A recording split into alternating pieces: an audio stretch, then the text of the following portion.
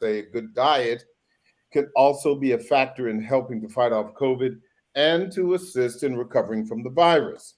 Hello, and welcome to another edition of COVID Conversations. This week, my guest is sounding the alarm about poor nutrition and COVID.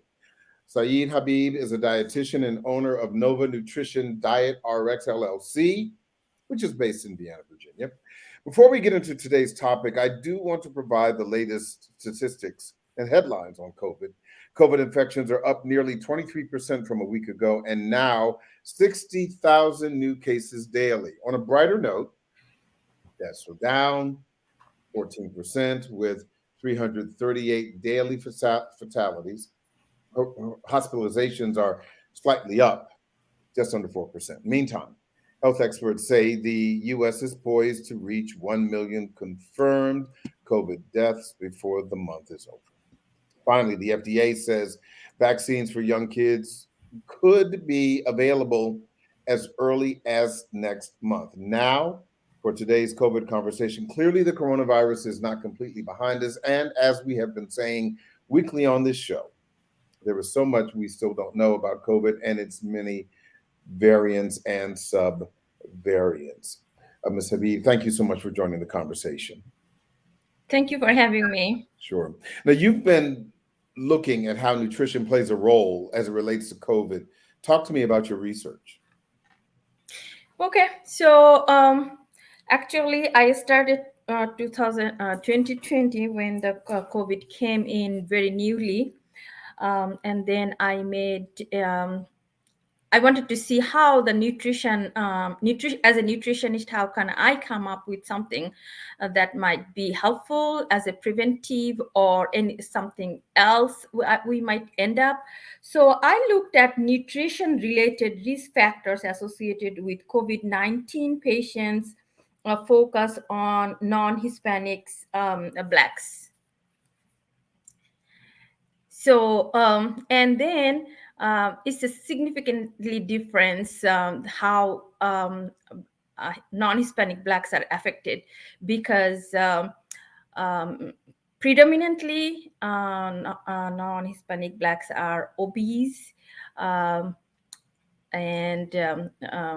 mostly they are having type 2 diabetes, and that's triggers actually for the COVID-19 infection and the severity of the causes, because they are low in vitamin D compared to non-Hispanic whites, and the severity is very, very high for the non-Hispanic blacks, African Americans population.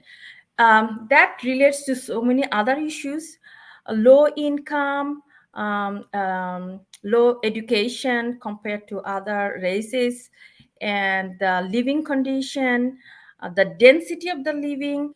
Those are impacts also with this population. But in the research, you had something? No, please go ahead. I'm listening. Yeah. And then researchers, scientists, doctors all came up with the, to prevent this virus. This virus is very, very unique. It started COVID, SARS-CoV 2002 actually.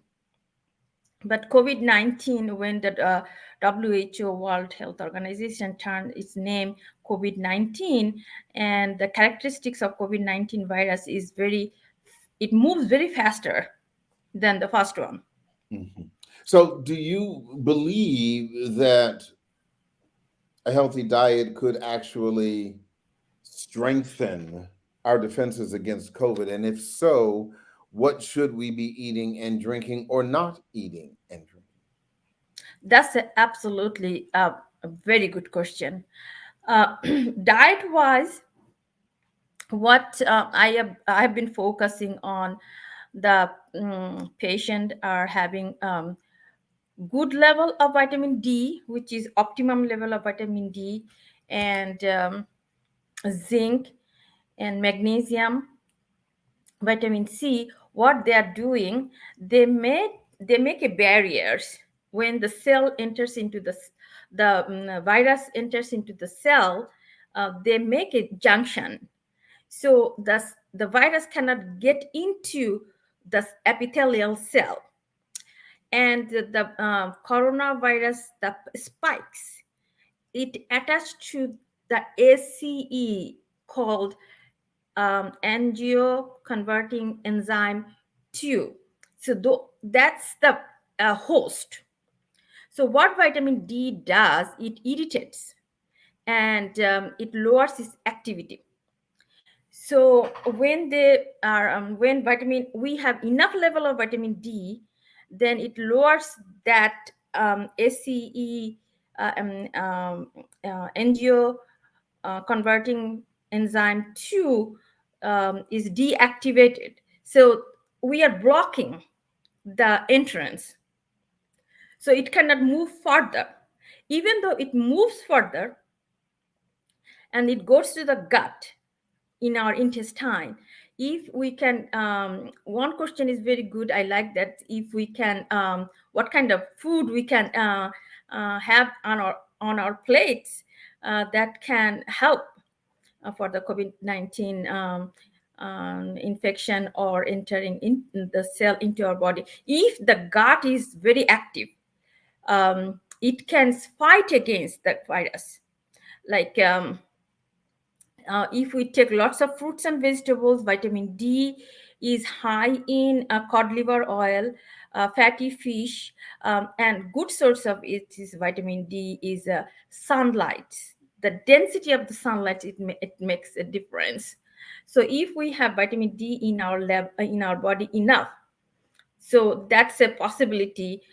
We can reduce the infection as well as the severity of the infection.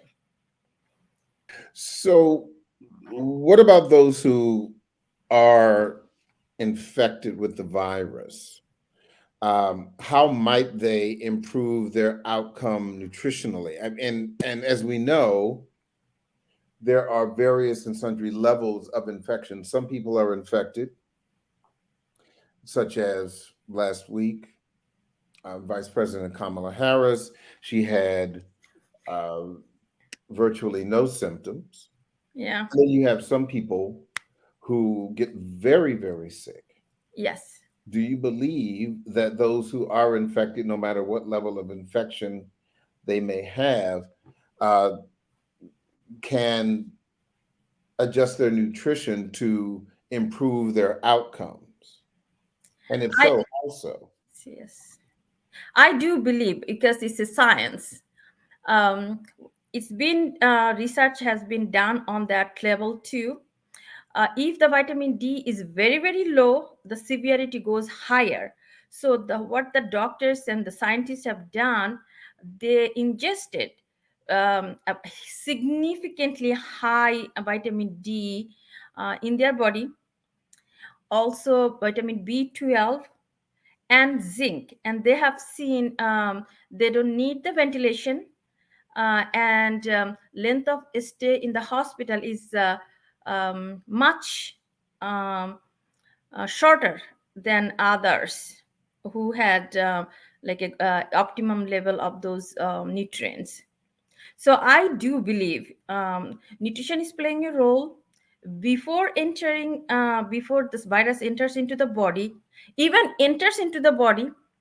If we take the proper action, um, we can reduce the severity, such as they have seen vitamin D is when optimum level in their body, CRP level, D dimer, um, WBC, those are the inflammatory markers, and they become lower. And that's how we can reduce the severity of the infection. Yes. So I need you to go back over that for the people who don't have science degrees, Sure. because that may be a little confusing for Yeah. people. You talked about markers and Yeah. all of. Yeah. Break that down for me, please. Okay. So actually, as take it as an indicator. Okay. Take it as an indicator that tells you how much, how bad you are infected, how badly you are infected. I can WBC is white blood cell. CRP is C-reactive protein. It's another type of protein that goes higher, and when the infection is really high, like when we see the infection is very high, when the 2 by 2 the lung is affected badly, 2 by 2 bilateral, the both lungs are affected. It's like a very very cloud. So those are very very sick people. And those are the inflammatory factors. We don't need to go over on that. I don't think. It's just it tells you how badly affected. Yeah. Who is infected, no matter what level of infection there may be, what again, what role might nutrition play in helping them heal? And because chances are, particularly for those who are very sick, Mm-hmm. they're being treated with remdesivir or some of the other infections or other treatments that may be out there for COVID, but you still have to eat. And so, how would eating support the treatment? Okay, good Nutrition. question. Mm-hmm. Good question. Again, those are antibiotics, antiviral antibiotic. When we take it, those destroys our microbiome, which is a good bacteria. So that's why we need to take like um, Activia, like the yogurt has more what do you call it? More bioavailability, the low fat stuff, low fatty diet, for less fried food, and processed food, because processed food doesn't give you any nutrients, that actually makes everything worse. High salt, um, high simple sugar, those we need to avoid those things. Then we can have in a good quality protein, like egg whites, eggs. Those bioavailabilities are very very high. The body can absorb right away, even though we are having side by side treatments, antibiotic, antiviral. We need to keep our microbiome healthy. So what are the nutrients we are having that can be distributed in the proper channel? Otherwise, actually, when patients are virus infected, they lost their appetite.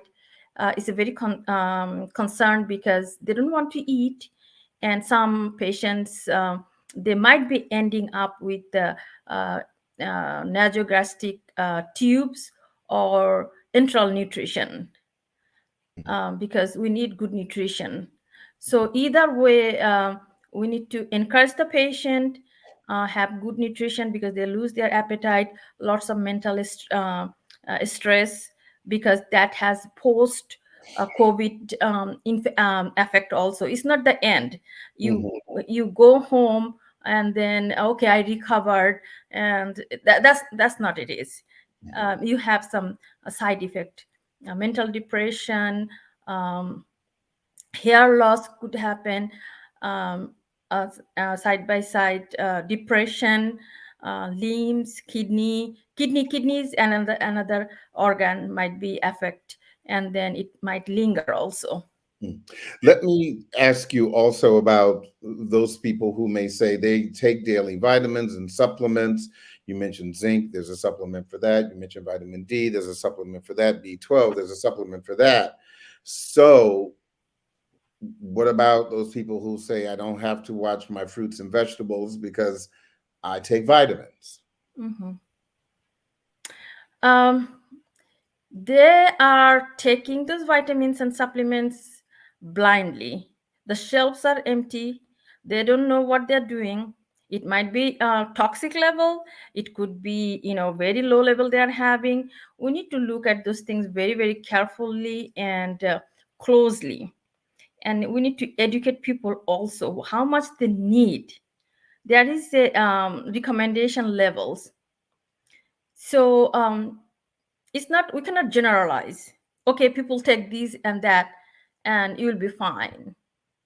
There is some rules and regulation recommendations from um, so we got to know more than we are doing right now actually. And we don't need to take fruits and vegetables. That's totally wrong, because when you take the vitamins and minerals, it goes through the process.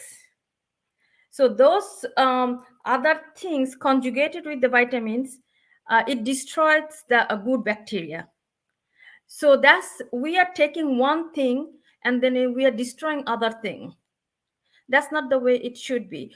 We need to take the way, the active form, and that doesn't destroy any other stuff in our body. So natural is definitely better. Natural is definitely better. And that's it. Because when you take naturally, other things are in there, especially the fiber. Yeah, Yeah. yeah, absolutely. And there are supplements for that also. But again, as you're suggesting, um, it's not one size fits all for every person, correct? Exactly, exactly. And the more we know, and then we see the difficulties we are facing, because um, one size doesn't fit at all.